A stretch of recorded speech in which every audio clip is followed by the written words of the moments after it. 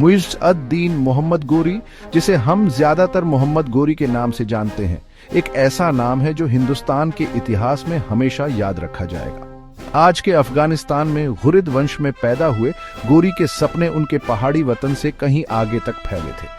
उन्होंने अपनी नजर हिंदुस्तान की दौलत और विशालता पर टिका रखी थी। ये जमीन अपने टुकड़े टुकड़े राज्यों और बेशुमार दौलत के साथ गोरी जैसे महत्वाकांक्षी राजा के लिए एक लुभावना इनाम थी। उनकी कहानी लगातार जंग करने की, बहुत अच्छी रणनीति बनाने की और आखिरकार एक ऐसी विरासत छोड़ने की है जिसने भारत के राजनीतिक नक्शे को हमेशा के लिए बदल दिया। गोरी के सत्ता में आने का सफर चुनौतियों और मौकों दोनों से भरा था। आज के अफगानिस्तान में स्थित गजनवी साम्राज्य के पतन ने इस क्षेत्र में सत्ता का एक खालीपन पैदा कर दिया था। इसी अस्थिरता ने गोरी और उनके भाई गयास अद-दीन मोहम्मद को गौर पर अपना नियंत्रण मजबूत करने और अपना प्रभाव बाहर फैलाने का मौका दिया।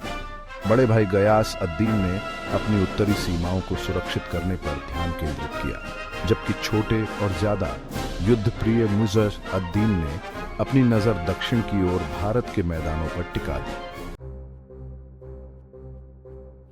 1175 में मोहम्मद गोरी ने भारत में अपना पहला बड़ा अभियान शुरू किया। उनका निशाना मुल्तान शहर था, जो आज के पाकिस्तान में स्थित एक महत्वपूर्ण केंद्र था। प्रमुख व्यापार मार्गों के संगम पर स्थित मुल्तान का आर्थिक और प्रतीकात्मक महत्व था। यह एक ऐसा क्षेत्र भी था जहां मुस्लिम और हिंदू सहित विविध आबादी रहती थी, जो उस समय की जटिल सांस्कृतिक तस्वीर को दर्शाती है। मुल्तान पर कब्जा करना गोरी की भारतीय उपमहाद्वीप में आगे की महत्वाकांक्षाओं के लिए एक शुरुआत थी।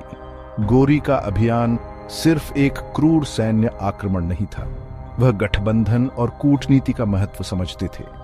उन्होंने स्थानीय शासकों के साथ रणनीतिक रूप से समझौते किए, जिन्होंने बढ़ती घुरिद शक्ति के साथ जुड़कर अपने हितों को आगे बढ़ाने का अवसर देखा। सैन्य शक्ति और राजनीतिक चालबाजी के इस चतुर मिश्रण ने गोरी को शुरुआती प्रतिरोध को दूर करने और मुल्तान पर नियंत्रण हासिल करने की अनुमति दी। गोरी की प्रेरणाओं को समझने के लिए हमें गजनवियों की विरासत को देखना होगा। गोरी से 1.5 सदी पहले महमूद गजनवी ने अपनी कई छापेमारी के माध्यम से भारत में एक रास्ता बनाया था। ये छापे हालांकि विनाशकारी थे, मुख्य रूप से धन, खासकर अमीर मंदिरों से धन लूटने पर केंद्रित थे। इन दौलतों के किस्से गोरी के दरबार तक पहुंच गए थे, जिससे उनकी महत्वाकांक्षा और बढ़ गई। हालांकि महमूद के विपरीत गोरी ने क्षणिक छापे से ज्यादा स्थायी, ज्यादा टिकाऊ चीज की कल्पना की थी। गोरी समझते थे कि भारत में स्थायी शक्ति स्थापित करने की कुंजी केवल सैन्य जीत में नहीं, बल्कि एक मजबूत प्रशासनिक ढांचा स्थापित करने में है। उनका उद्देश्य मौजूदा राजपूत शासकों को अपने स्वयं के राज्यपालों से बदलना और विजित प्रदेशों को अपने बढ़ते साम्राज्य में मिलाना था। इसी दृष्टि ने उन्हें अपने पूर्ववर्तियों से अलग कर दिया और भारत में इस्लामी विस्तार के इतिहास में एक महत्वपूर्ण मोड़ साबित हुआ। मुल्तान पर कब्जा करने के बाद गोरी ने अपना ध्यान उपमहाद्वीप के उत्तर पश्चिमी क्षेत्रों में अपनी स्थिति को सुरक्षित करने की ओर लगाया। उन्होंने दक्षिण में सिंध में अभियान चलाया, अपने प्रभुत्व का विस्तार किया और महत्वपूर्ण व्यापार मार्गों पर नियंत्रण प्राप्त किया। इन विजयों ने उन्हें विरोधियों के एक नए समूह राजपूत राज्यों के आमने सामने ला खड़ा किया। अपनी वीरता और युद्ध परंपराओं के लिए जाने जाने वाले राजपूतों ने गोरी की महत्वाकांक्षाओं के लिए एक कड़ी चुनौती पेश की। वे स्वतंत्र राज्यों का एक समूह थे, जिनमें से प्रत्येक का अपना शासक था, लेकिन एक साझा वंश और सम्मान संहिता से बंधे थे। उनका विकेंद्रीकृत स्वरूप हालांकि कुछ मायनों में एक ताकत थी, एक रणनीतिक चुनौती भी पेश करता था। जबकि गोरी उन्हें व्यक्तिगत रूप से हरा सकते थे, प्रत्येक राजपूत राज्य को अपने अधीन करने के लिए महत्वपूर्ण समय और संसाधनों की आवश्यकता थी। भाग 5, तराइन का पहला युद्ध, दिग्गजों का संघर्ष। जब गोरी ने पृथ्वीराज चौहान द्वारा शासित चाहमान साम्राज्य पर अपनी नजरें जमाईं, तो एक बड़े टकराव का मंच तैयार हो गया। पृथ्वीराज, एक बहादुर और महत्वाकांक्षी राजा, ने पश्चिम से बढ़ते खतरे को भांपते हुए कई राजपूत राज्यों को अपने झंडे तले एकजुट कर लिया था। दोनों सेनाएं 1191 ईस्वी में तराइन में, आज के हरियाणा के करनाल के पास भिड़ गईं। तराइन का पहला युद्ध एक भयंकर मुठभेड़ थी। अपनी भारी घुड़सवार सेना, और युद्ध के हाथियों के उपयोग के लिए जाने जाने वाली राजपूत सेनाओं ने शुरुआत में बढ़त हासिल कर ली। उनके अचानक हमलों और हाथियों के विशाल आकार ने गोरी की सेना को तितर-बितर कर दिया। हालांकि घायल होने के बावजूद गोरी अपने सैनिकों को फिर से इकट्ठा करने में कामयाब रहे। घंटों तक युद्ध चला, लेकिन अंततः राजपूतों की जीत हुई। गोरी हारा हुआ लेकिन टूटा नहीं। अपने घावों को भरने और अपने बदला लेने की योजना बनाने के लिए पीछे हट गया। भाग 6। फिर से संगठित होना और फिर से रणनीति बनाना।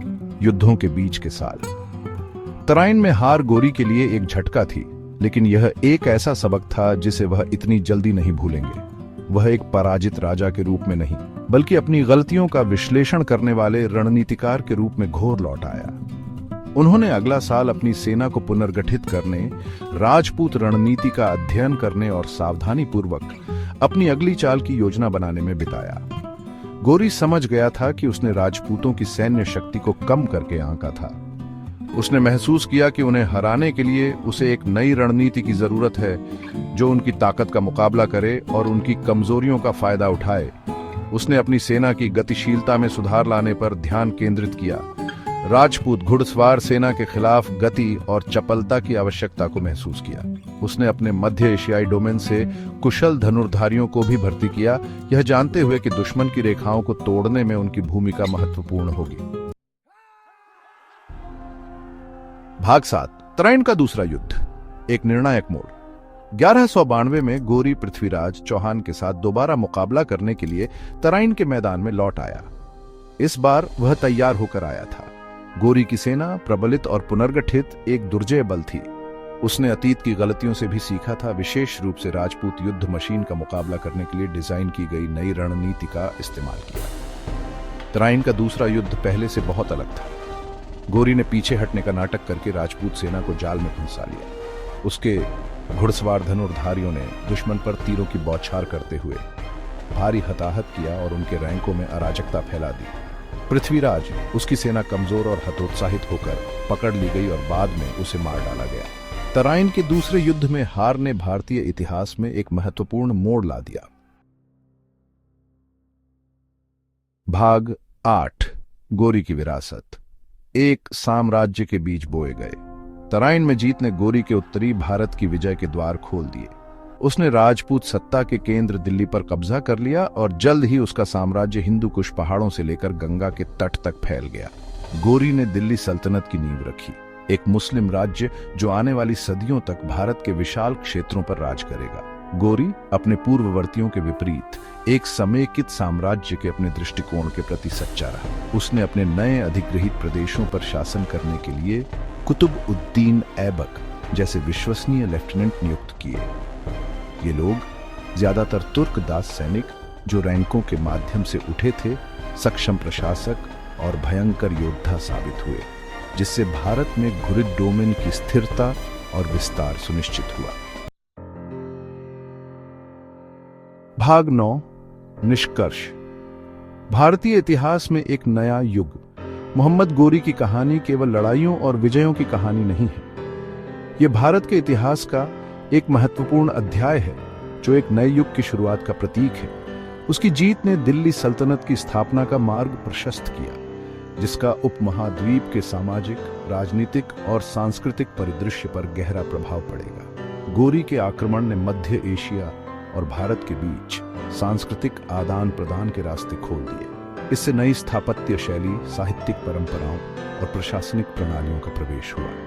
उसके शासनकाल ने भारतीय उपमहाद्वीप में इस्लाम और हिंदू धर्म के बीच एक लंबी और जटिल परस्पर क्रिया की शुरुआत को चिह्नित किया।